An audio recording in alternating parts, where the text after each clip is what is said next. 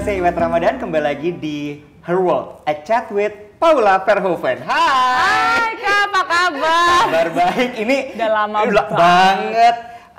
Aku terakhir mungkin kalau ngomongin Paula Verhoeven itu, kita pernah sama-sama jadi ikonnya salah satu mall di Jakarta. Tapi back then in 2012, gila udah lama banget.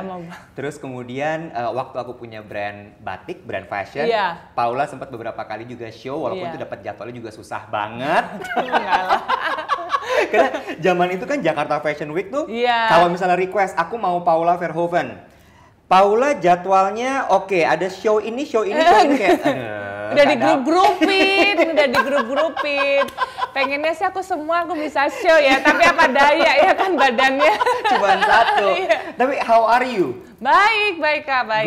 Ini kalau bisa dibilang ya Paul, hidup kamu berubah banget loh.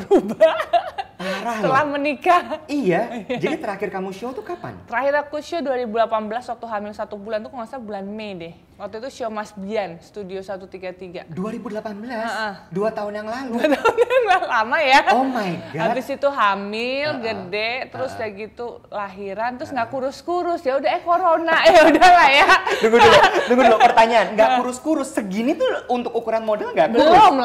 Belum. Aku belum balik banget. Jadi, tapi memang aku nggak mau balik sekurus dulu banget kan. Karena takutnya juga, kalau kita selalu di TV kan takutnya kurang fresh gitu-gitu. Jadi lebih jaga itunya. Tapi untuk balik lagi sebelum hamil itu aku belum balik banget, masih kurang 5 kilo lah. Karena aku naiknya 25 kilo. Gila nggak? Gede banget. Karena aku untung tinggi aja, tapi itu aku naik 25 kilo. Padahal waktu sebelum hamil aku gini, nanti kalau aku hamil, aku kan suka olahraga, diet. Nggak boleh tuh, at least 15 udah paling mentok. Udah naik. Bubar deh 25, aduh stres. Tapi ya udahlah, menikmati aja kapan lagi. Tapi benar, cuman gini ya, kalau ngelihat Paula sekarang dibanding dulu kan kayaknya kamu memang sangat menikmati hidup sekali. Gitu ya. Tapi juga mungkin kita sedikit flashback dulu. Cerita gimana akhirnya kamu ketemu sama Baim, terus kemudian memutuskan untuk menikah. Karena ini cerita yang juga menarik nih, walaupun mungkin akan sedikit ngulang gitu. Iya, nggak apa-apa. Jadi sebenarnya kan kalau tadi kita sempat cerita, aku tuh baru kenal Baim tuh 2018 gitu, bulan apalah ya, awal tahun. Dia mau dikenalin sama Ilmira Mazaki, terus kayak gitu. Itu mak comblangnya Zaki sama Ilmira. Iya, tahu aku lagi jomblo, dia juga jomblo, kenalin deh gitu. Pasti kenalin sesuai ini biar nggak sengaja lah dinner atau apa gitu ke rumah Ilmira. Dan aku mikir Baim Wong, aduh nggak mau dia kan anak gaul banget gitu. Karena kamu nggak suka anak gaul? Enggak, karena aku nyarinya suami kan yang bisa jadi imam dan maksudnya yang sejalan lah, karena aku juga nggak terlalu suka dunia malam dan kayak gitu-gitu, jadi udahlah gitu kan. Pas aku Google, enggak kok dia udah ini kok, udah pelan-pelan belajar agama, udah nggak ini gitu, katanya udah tobat. Karena takut dia. Aku yang ketemu sama dia di zaman sebelum itu. Makanya tadi kamu nanya, emang dia udah bener-bener itu? Iya. Temennya aja nggak percaya. Yang bener gitu.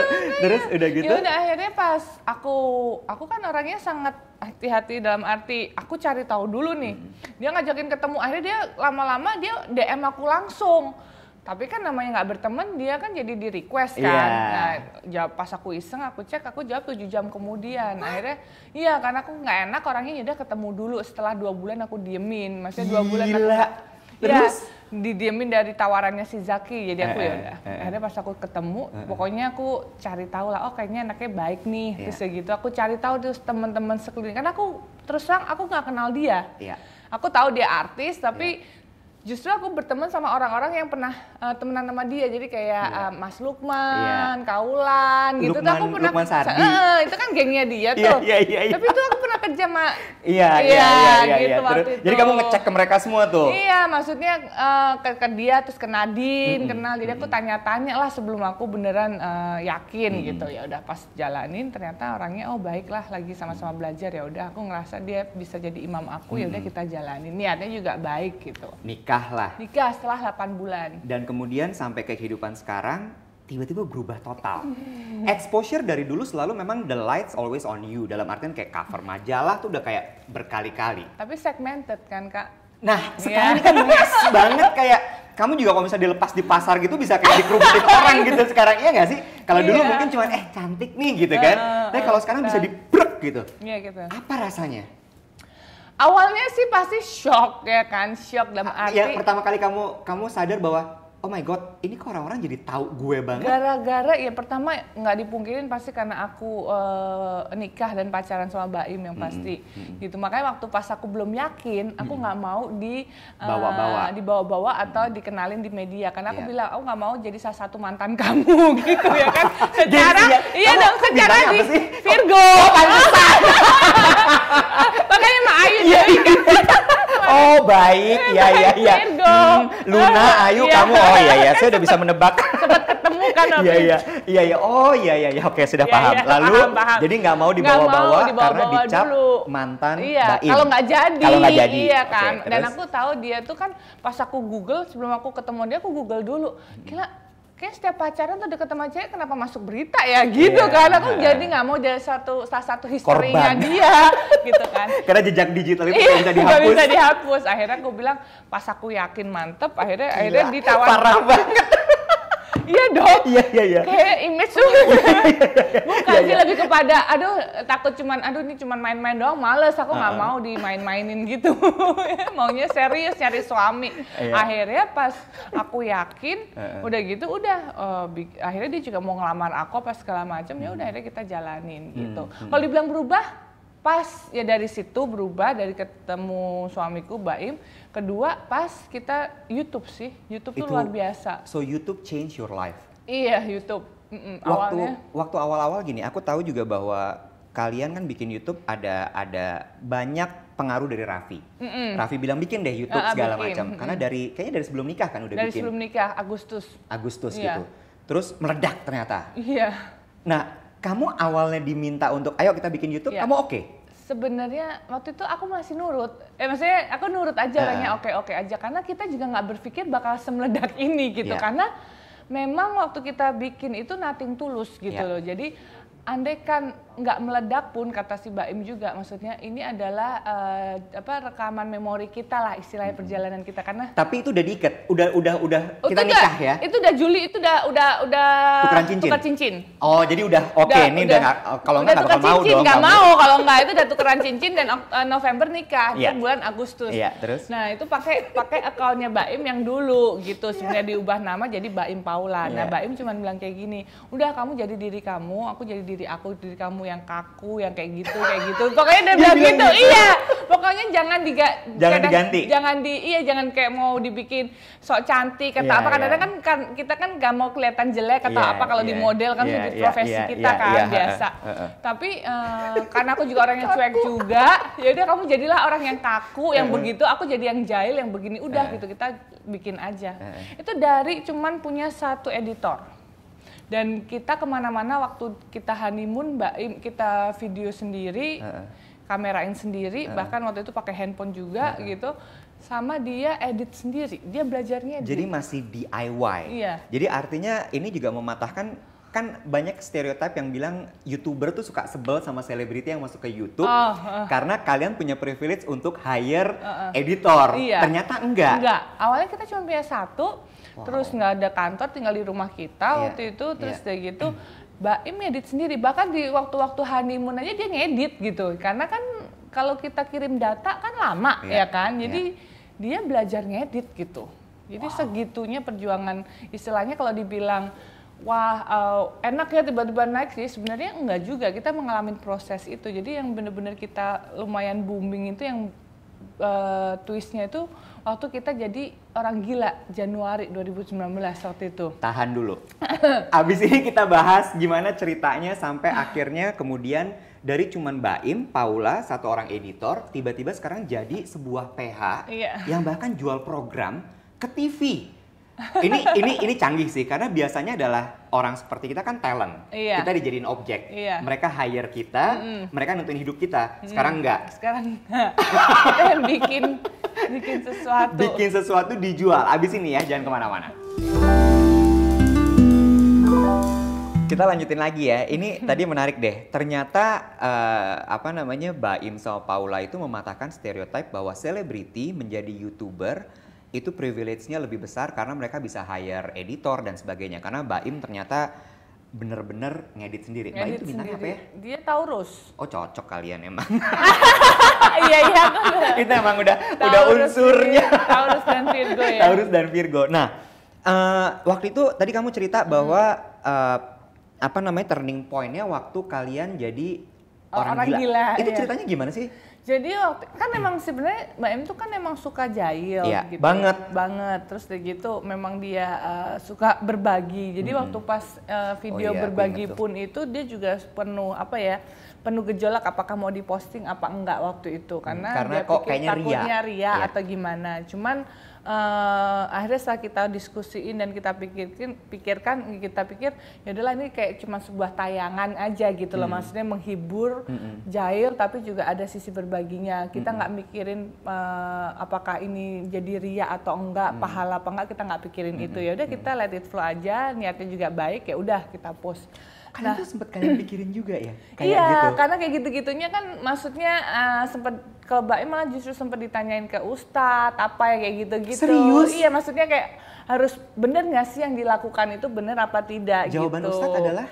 Sebenarnya kan kalau jawaban Ustadz tuh sebenarnya kan kayak gitu kan kalau memang mencontohkan itu sesuatu yang baik kenapa enggak, tapi kan tetap maksudnya ada yang diperlihatkan, ada yang tidak diperlihatkan juga, itu harus balance juga. Jadi sebenarnya hal-hal kayak gitu kan kita udah tahu kan kayak gitu. Jadi akhirnya itu cuma untuk kebutuhan itu aja gitu. Kalau orang melihat itu sebagai kebaikan, kita jadi ditiru ya alhamdulillah, tapi maksud kita nggak ke situ gitu. Tapi kalau kata si Ustadz bilang ya kalau itu kebaikan ya kita lakuin aja gitu. Ini menarik, sebelum kita lanjutin lagi ya. Tadi aku sempat nanya juga sebelum on cam sama Paula seberapa dalamnya spiritualismenya mereka berdua, tapi ternyata memang segitunya ya, Paul. Nah iya, masih belajar. Masih iya kan hidup selalu belajar. Kan. Tapi itu loh maksud aku gini, jujur ya Paul, aku tuh sempat yang kayak agak suuzon.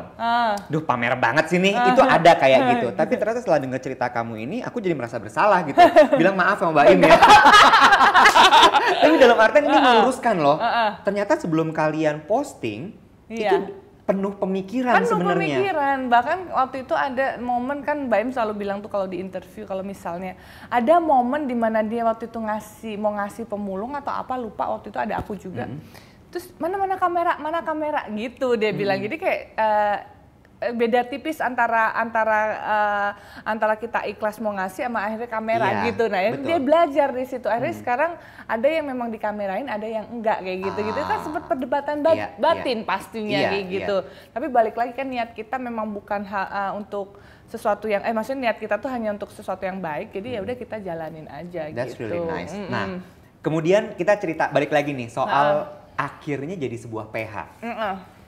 Itu setelah berapa lama jalan? Kita PH kok nggak salah setahunan cuma. Tahun lalu ya 2020 baru. Pas pandemi.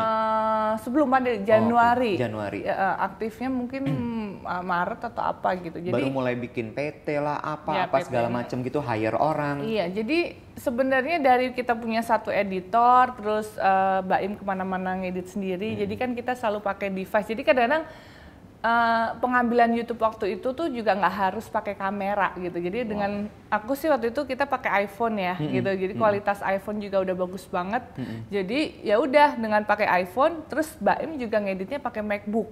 Jadi emang dia satu ini kan keselarasan gitu. Jadi memang kemana-mana ya udah kamera, ada handphone sama MacBook itu gitu. Sampai di pesawat dia juga ngedit gitu di waktu itu. Nah ini tuh biasanya dalam membuat satu buah konten, karena kan aku lihat ini tayangnya stripping kan, kayak tiap hari selalu ada video baru.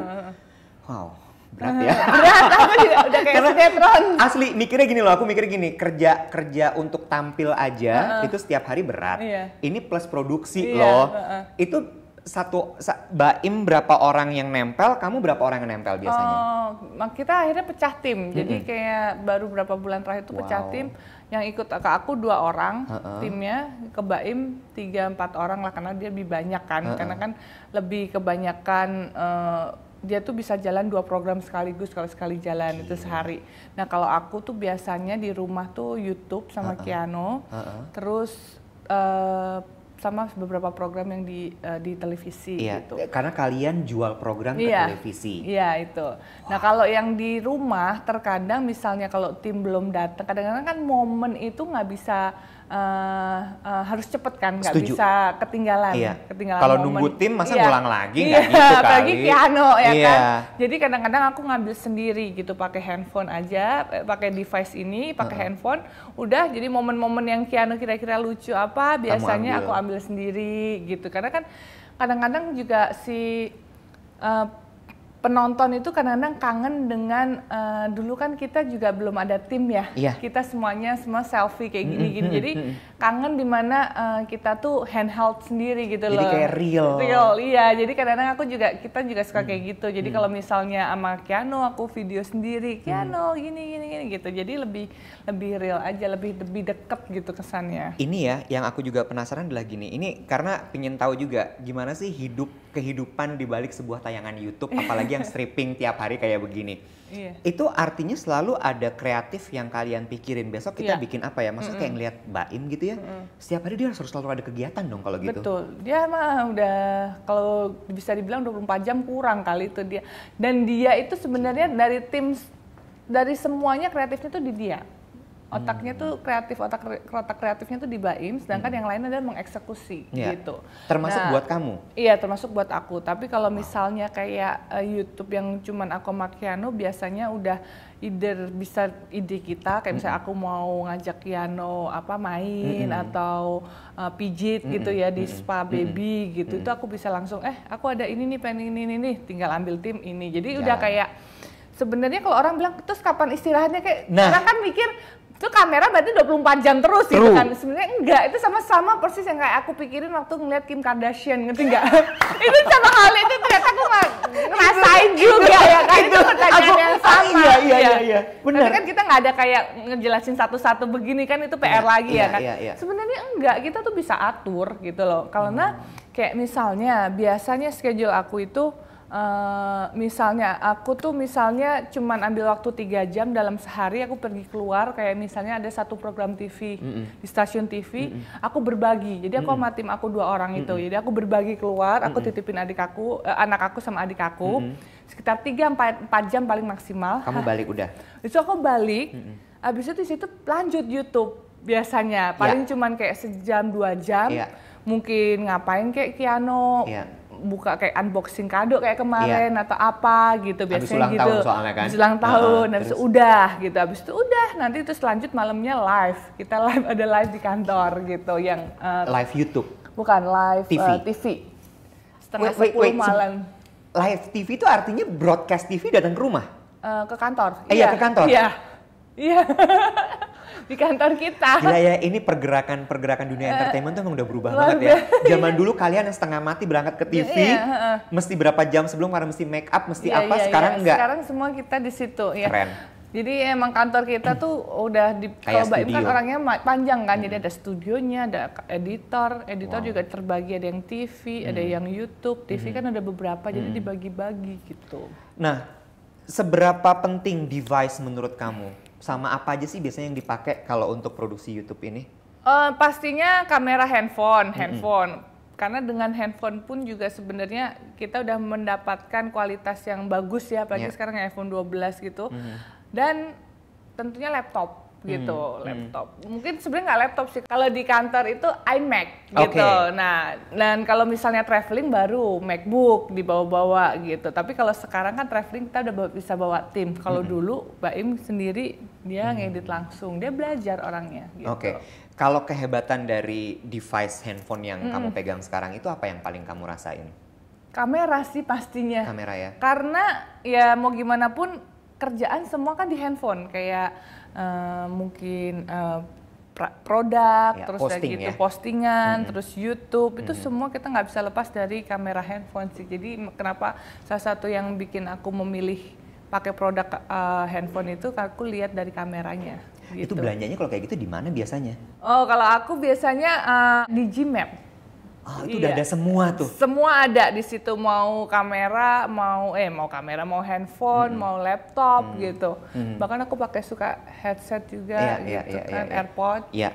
Wah, ini menarik banget ya. Jadi ternyata emang pergerakannya, perubahan hidupnya Paula dari zaman dia modeling. Maksud aku gini ya, Pau. Dari kenal aku dulu pasti kaget ya. Nanti kayak abis ini aku akan bahas perubahan yang paling aku rasain setelah ketemu Paula lagi sekarang. Jangan kemana-mana. Oke, seperti janji aku tadi bahwa aku mau ceritain perubahan yang aku rasain banget ketika ketemu Paula sekarang adalah Paula tuh dulu pendiam banget. Gila. Parah ya, semua teman-teman aku loh. Bahkan aku pas nikah aja, itu kan aku udah bulan November ya. Aku tuh YouTube tuh Agustus. Itu September, Oktober, November, 3 bulan. Itu aja si Kelly and the Gang aja bilang, gila Polo sekarang bawel banget katanya bilang gitu. Maksud aku gini ya, zaman dulu itu mulai dari kita photoshoot untuk Icon Mall itu, kita bareng. Itu Paula diem banget. Terus abis itu kalau show kan memang nggak terlalu banyak. Suruh ngomong. Nggak terlalu banyak ngomong dan nggak terlalu banyak itu gitu. Tapi itu juga diem gitu. Iya aja, oke apa. Ini berubah banget loh, Pau. Kamu bisa cerita banyak hal tuh, aku gila. Gara-gara suamiku dong, Baim loh. Iya, tapi artinya gini loh, aku juga pengen tahu. Kan ada yang bilang bahwa kehidupan suami istri berpasangan tuh memang saling mengisi. Iya. Dan kamu juga merasakan itu nggak sih bahwa kalian tuh memang saling melengkapi? Iya. Dan apa yang kamu rasa bahwa kamu belajar banyak dari Baim? Apa ya, sebenarnya karena waktu pas Baim bilang gini, waktu pas itu kan kamera tuh kayak dulu tuh musuh aku gitu ya, maksudnya kayak kalau modeling udahlah kita hatam lah ya, maksudnya gimana foto berpose apa gitu, tapi kan nggak perlu ngomong. Nah pas disuruh ngomong itu interview, aduh stres nih aku kasih gitu kan. Terus padahal cuma ngejawab pertanyaan aja tuh kayak mikirnya udah panjang banget apa gitu. Nah nggak tahu kenapa pas waktu masuk ke YouTube, Mbak Im bilang udah pokoknya jadi diri kamu aja. Jadi dia tuh nggak pernah push aku untuk sesuatu yang harus gimana tuh enggak gitu. Jadi dia itu cara ngomongnya dia itu mengencourage aku jadi lebih percaya diri aja sih sebenarnya gitu. Jadi mungkin yang jadi kekurangan aku mungkin kadang-kadang kan kita udah pernah masuk produk tuh misalnya.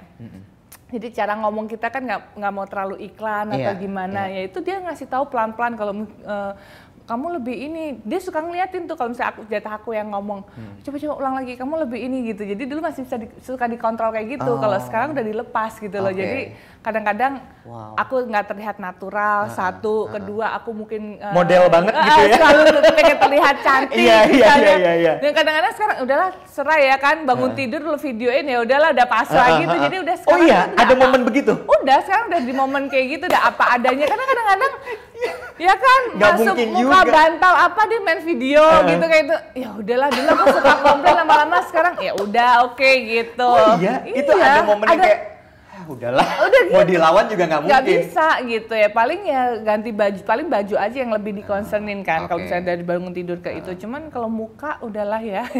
Orang kan di YouTube itu dari muka aku bangun muka bantal sampai muka apa juga ada di situ kayaknya. I woke up like this banget lah ya. Rambut acak-acakan semua, tapi tetap memang kita kan harus menampilkan, maksudnya kalau di luar kan kita harus rapi, tetap begitu. Gitu. Jadi bisa dibilang adalah Baim itu mentor kamu untuk urusan tampil berbicara di depan umum. Iya. Kalau dari kamu sendiri yang kamu lihat bahwa Baim berubah sekarang dibanding dulu? Kalau Baim sebenarnya mungkin apa ya? Mungkin karena kita ini kali ya, seperti tadi kamu bilang juga, maksudnya kita itu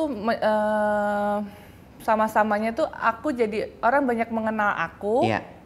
Terus kalau dari sisi Baimnya tuh kalau dari dari produk brand gitu yang lumayan high end, jadi akhirnya melihat kebawa sama dia. Bawa, jadi kita saling menguntungkan gitu loh, ngerti kan? Baimnya mes banget. Iya, mes banget gitu kan. Jadi sebenarnya ngerti kan? Jadi kita balance gitu loh. Kesel. Itu yang positifnya kita balance. Jadi, quote unquote Baim naik kasta gara-gara Itu bukan aku yang ngomong banyak soalnya. Cuman intinya, jadi kita akhirnya jadi dia bisa juga mempresent nggak hanya produk yang mass production, dia yang high end juga premium. Dia bisa mempresentasikan itu gitu. Kalau dia berubah sih nggak ada, karena memang aku belajar banyak dari dia. Ini sampai aku geli banget. Sebel. Oke. Nah, Aku sekarang ingin tahu pandangan kamu soal pernikahan. What do you think about marriage life? Itu jadi gong banget loh. Baim naik kasta gara-gara Paula. Itu nggak aku loh yang ngomong. Aku juga turun ke jalanan sama. Kita saling melengkapi. Oke. Married life. Menurut kamu, pendapat kamu atau kamu melihat kehidupan pernikahan itu seperti apa? Seru sih, maksudnya kalau aku sempet denger, ya kita kan sama-sama belajar ya, kalau aku dengar dari kajian gitu kan sebenarnya selama kita hidup tuh akan selalu ada pembelajaran gitu. Setuju. Loh. Dan pernikahan tuh cukup unik ya, karena memang sebelum aku nikah pun aku sadar menyatukan dua pribadi jadi satu tuh nggak mudah gitu, apalagi kita sama-sama orang yang punya pendirian, punya kerjaan gitu. Aku pun juga istilahnya sebelum menikah juga udah punya karir gitu kan. Jadi sebenarnya untuk menurunkan ego yang bisa biar selaras gitu kan sebenarnya nggak mudah. Jadi kita juga sama-sama masih belajar sih gitu. Oke, dan ada yang bilang katanya it takes two to tango in marriage life, bahwa tidak mungkin cuma satu orang. Artinya setuju nggak kamu setuju nggak kalau dibilang bahwa dalam pernikahan tuh harus ada yang menurunkan ego? Oh iya, setuju. Kalau enggak kan kita nggak ketemu. Jadi memang harus ada satu orang yang menurunkan ego untuk ketemu di tengah sebenarnya gitu. Dan itu juga kamu lakukan dalam pernikahan kamu? Iya, pasti lakukan dari pernikahan, karena kan memang apalagi buat kita wanita mandiri nggak mudah ya. Tapi balik lagi memang secara agama suami memang harus di atas perempuan gitu kan. Imam gitu. Jadi apapun yang dikatakan suami atau yang dimauin suami ya kita harus menurutin dengan ikhlas. Itu yang sebenarnya ikhlas dan ridho itu yang sebenarnya kita harus praktekin ya kan. Nah itu aku mau tanya sama kamu. Ini tuh soalnya berat banget, Paul. Masalah ikhlas sama ridho itu beratnya setengah mati. Dalam artian gini ya, sebenarnya kan dalam hidup kita tuh kuncinya adalah ikhlas sama ridho itu kan.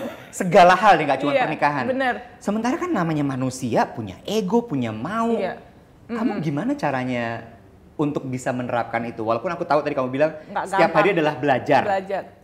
Ya mungkin kita terus memperbaiki diri dengan cara ini kali ya. Itu makanya aku bilang mendengarkan kajian atau ngikutin kajian itu menurut aku salah satu kunci, karena buat aku kalau kita nggak disiramin dengan kayak gitu kita pasti akan lupa gitu, balik lagi ngerasa oh kita tuh hebat, oh kita apa gitu. Jadi kadang-kadang yang bikin kita inget lagi ya dengan cara ya kita mencari hadiah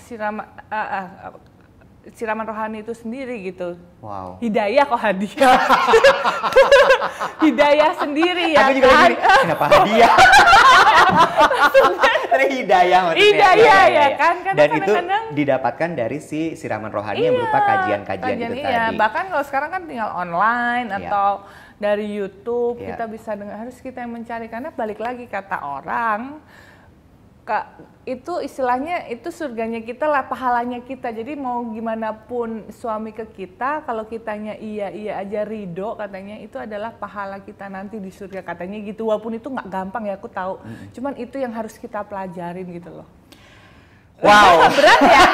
Berat banget. Tapi lagi mikir. Tapi ini menurut aku obrolan 30 menit ini menurut aku lengkap banget, mulai dari ketawa-tawa, kita belajar mengenai bagaimana menjadi YouTuber, sampai dapat sedikit siraman rohani dari Paula Verhoeven. Enggak lah, aku juga. Tapi at least aku belajar sesuatu, dan aku juga berharap bahwa penonton kita hari ini juga bisa mendapatkan sesuatu dari obrolan kita. Ya, amin. Thank you so much ya. Sama-sama. Balik lagi bilang sama Baim maaf. Terus jangan lupa kata kuncinya, Baim naik kelas karena Paula Verhoeven. Bye.